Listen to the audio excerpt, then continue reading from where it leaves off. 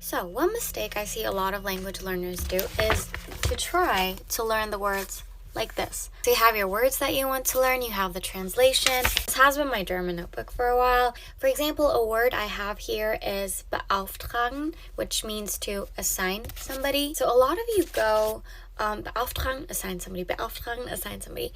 And you try to learn the words like this, and then you end up forgetting everything, or when you actually have to use that word, poof, it's gone. It was never there. I blame the education system of so many countries for this, but this is not how you learn a language. This is not how you learn vocabulary. This is just memorizing. And when you memorize words, and on top of that, when you translate these things in your head, it's not going to help you.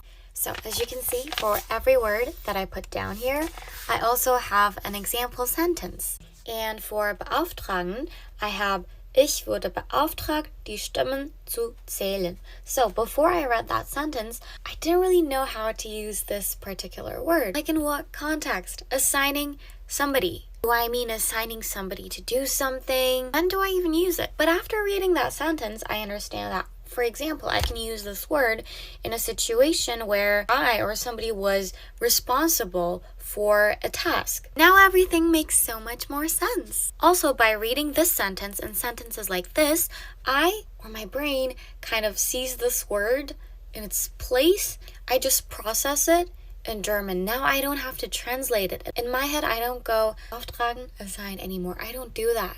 I just read this sentence. If I need it in a situation like this, I can use it as like beauftragt werden. Like what I'm explaining kind of depends on your target language, but this thing really helps me to keep thinking in that language. Translating will slow you down by a lot. It will confuse you. It's not going to help you. So stop doing that. Although I don't recommend like writing down the words in this translation, the reason I have this list is actually I sometimes hear a lot of random words from like the content that I consume. I consume a lot of different content from like YouTube, TikTok.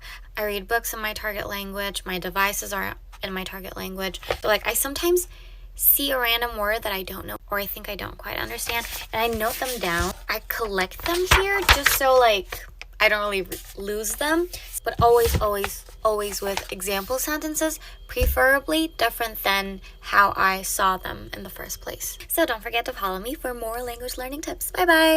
My name is Dr. Courtney Curtis and I'm a veterinarian, and today I'm going to teach you how to do CPR in your pet. Now, when you're doing CPR, the first thing you want to do is make sure, does my pet actually need CPR? So there's 3 things we want to check for. First would be a pulse, so we can check at the level of the jugular, we can check over the chest itself, and we can check at the inside of the back leg. If we don't feel a pulse, the next thing that we want to check for is whether or not our dog is breathing. If your dog is not breathing, the last thing you want to check for is making sure that there's not an airway obstruction. So you're going to come to the mouth, open it, look back in there, maybe even sweep 2 fingers back there and see if there's anything in the mouth. Nothing obstructing the airway. It is officially time to do CPR. So, positioning yourself for CPR. I typically recommend you be on the back side of your dog. They're laying down on their side, either this side or the other side, it doesn't really matter if they're your typical size dog. If you have a bulldog or a wide-chested dog, you're actually going to do CPR with the dog on their back. And if you have a super deep-chested dog, like a Great Dane, you're actually going to do chest compressions a little bit further towards the tip of the chest compared to what I'm going to show you. Now, for chest compressions, what you're going to look like. You're going to lock your fingers together like this, or you're going to do the wide receiver pose like that. I personally prefer this. You're going to lock your elbows, and all of your power is coming from your hips. You're not going to be doing this, okay? Just the way you would do human CPR. So you put your hands on the chest like this. It's time to perform CPR. You want to give chest compressions at a rate of 100 to 120 beats per minute.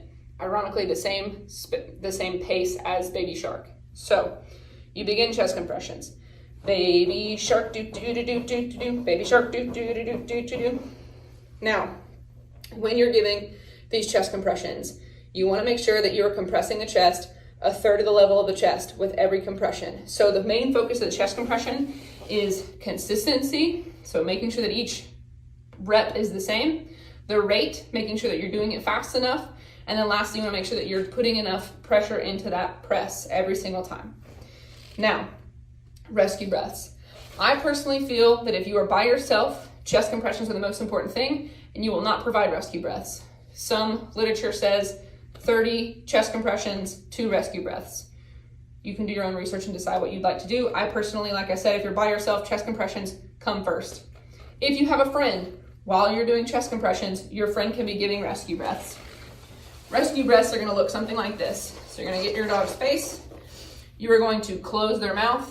Once you have their mouth closed, you're gonna wrap your mouth around their nose and give a big deep breath. So the rate at which you give rescue breaths is 1 breath every 6 seconds. So 10 breaths a minute effectively.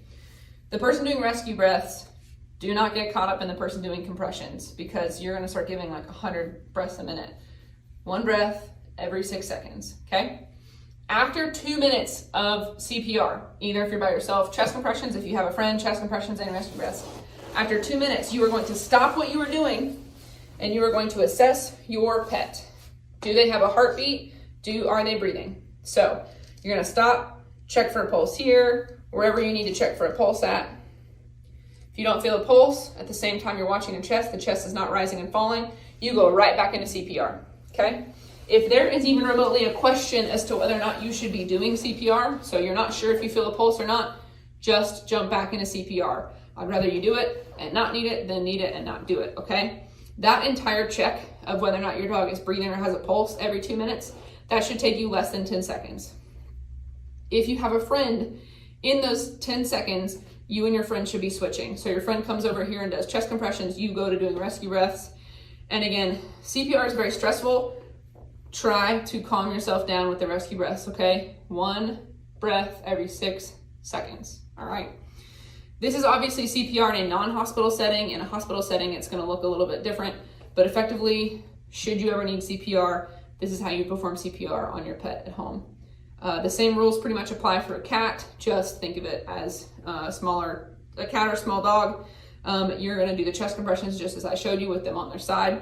If you have a puppy or a very, very small dog, you may actually pick the dog up and do chest compressions like this if you have to, just so that you're not overly exerting force against the animal. But other than that, you guys just learn how to do CPR.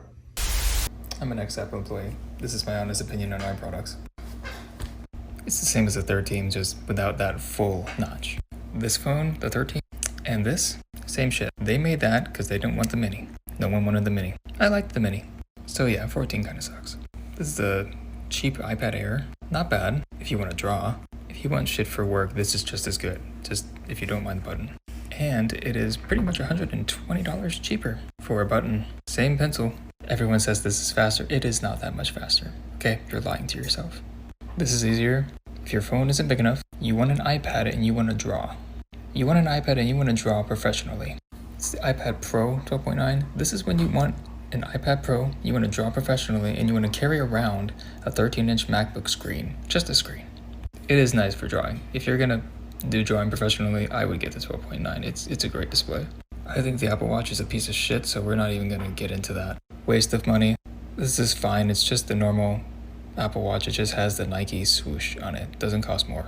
This is the best thing to get. This is the same as the last 5 generations. But now you have crash detection. Not that that's already on your phone or anything. You just want to fucking flex your money. You're not going to use this outside. Or you have a big wrist and you want a big watch. That's fine. Whatever. Pretty great. Not gonna lie. Pretty great. The one thing I'll say is go into an Apple store, just try them on. We sanitize them. Everyone's ear is not your ear, and there's only 4 sizes. Look on Amazon, they have some memory foam tips you can get, and that will make it worth your purchase. My ears don't work with the Pros. I have these. I think these are pretty great. These are my favorite, but they break really easily for some reason. I don't know if it's just me. After like a year, they kind of shit out. Don't ever fucking buy these. Why would you? Look at that. You can buy so much more for that price. Don't get that shit. Get some Sonys, get some Bose. Fuck that shit. The new HomePod that no one knows why we're selling again. It's the same as the first gen HomePod. Don't buy that shit. Unless you like the first gen, you might as well get a mini. It's not bad. I still don't think it's really worth the money, but it's not bad. This is worth it if your TV is not a smart TV. It is worth it. It's pretty good. So many Macs. It's ironic that it's a computer company and it's basically become a phone company. If you're a student and you just need daily stuff, even if you're not, MacBook Air is for you. You want to do photo editing, video editing, music production, just go with the MacBook Pro. Work from home, iMac's okay. It's alright. It's basically a MacBook Air with a bigger screen that's firmly planted on your desk. Mac Mini's the same shit. Mac Studio's a fucking beast. Mac Studio's actually better than the Mac Pro right now. I just wouldn't get our displays. I know they're pretty, but they're not worth it. Get the 14. M2 and M1 Pros aren't that different. If you can find an M1 Pro, way cheaper. Hopefully that helps.